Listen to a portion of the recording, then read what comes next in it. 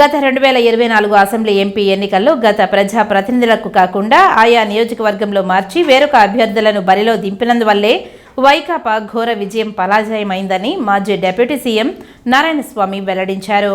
Tirupati press క్లబ్లో గురువారం media సమావేశంలో ఆయన వైసీపీ సహచరులతో కలిసి మాట్లాడుతూ వైసీపీ ఓటమికి కారణం జగన్ సామాజిక వర్గాన్ని పక్కన పెట్టడమేనని అన్నారు.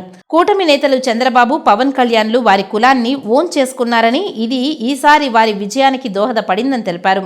వైసీపీ పాలనలో పేద పిల్లల కోసం తీసుకువచ్చిన విద్య, వైద్యం జోలికి పోవద్దని కూటమి ప్రభుత్వానికి విన్నవించుకున్నారు. లోకేష్, రెడ్ బుక్ చంద్రబాబు, పవన్ కళ్యాణ్లు ఒకసారి వైసీపీ లీడర్లపై జరుగుతున్న దాడులపై స్పందించాలని అన్నారు. వైసీపీలోని ఎస్సీ, ఎస్టీ, బీసీ నాయకులు, కార్యకర్తలపై దాడులు జరుగుతున్నాయని తెలిపారు. దీనిని అరికట్టాలని కోరారు.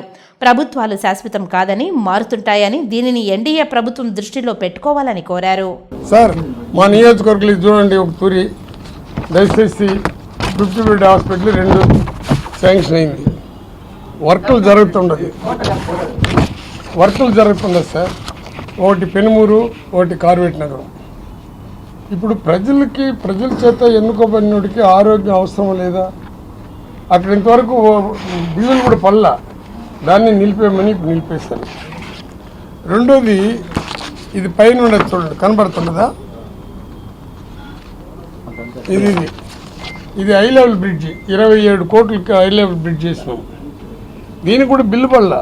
గురవారెడ్డి అనే వ్యక్తి 70% కంప్లీట్ చేసుకుంటూ వచ్చినాడు. అంటే కంప్లీట్ చేస్తూ ఉంటే ఇప్పుడు ఎలక్షన్ వచ్చి గెలిచినాక డైరెక్ట్గా పోయి నిలిపేమన్నారు. ఇప్పుడు అన్నీ నిలిపేశారు.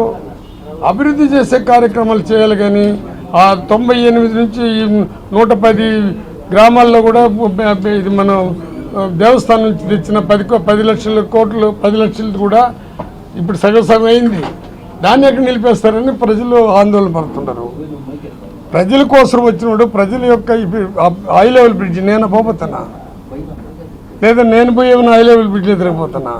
ఇట్లా దాన్ని రెక్టిఫై చేయమని మీరు కూడా అడగాలి సార్. నేను ఏమార్చేదానికి రాలేదు, నేను సేవ చేయడానికి వచ్చినాను అన్నారు కదా. మరి 5,000 ఇస్తాను అనేది ఇది ఏమార్చేది కదా. ఈ 5,000 వేసాము ఇంకొక 2 నెలల్లో.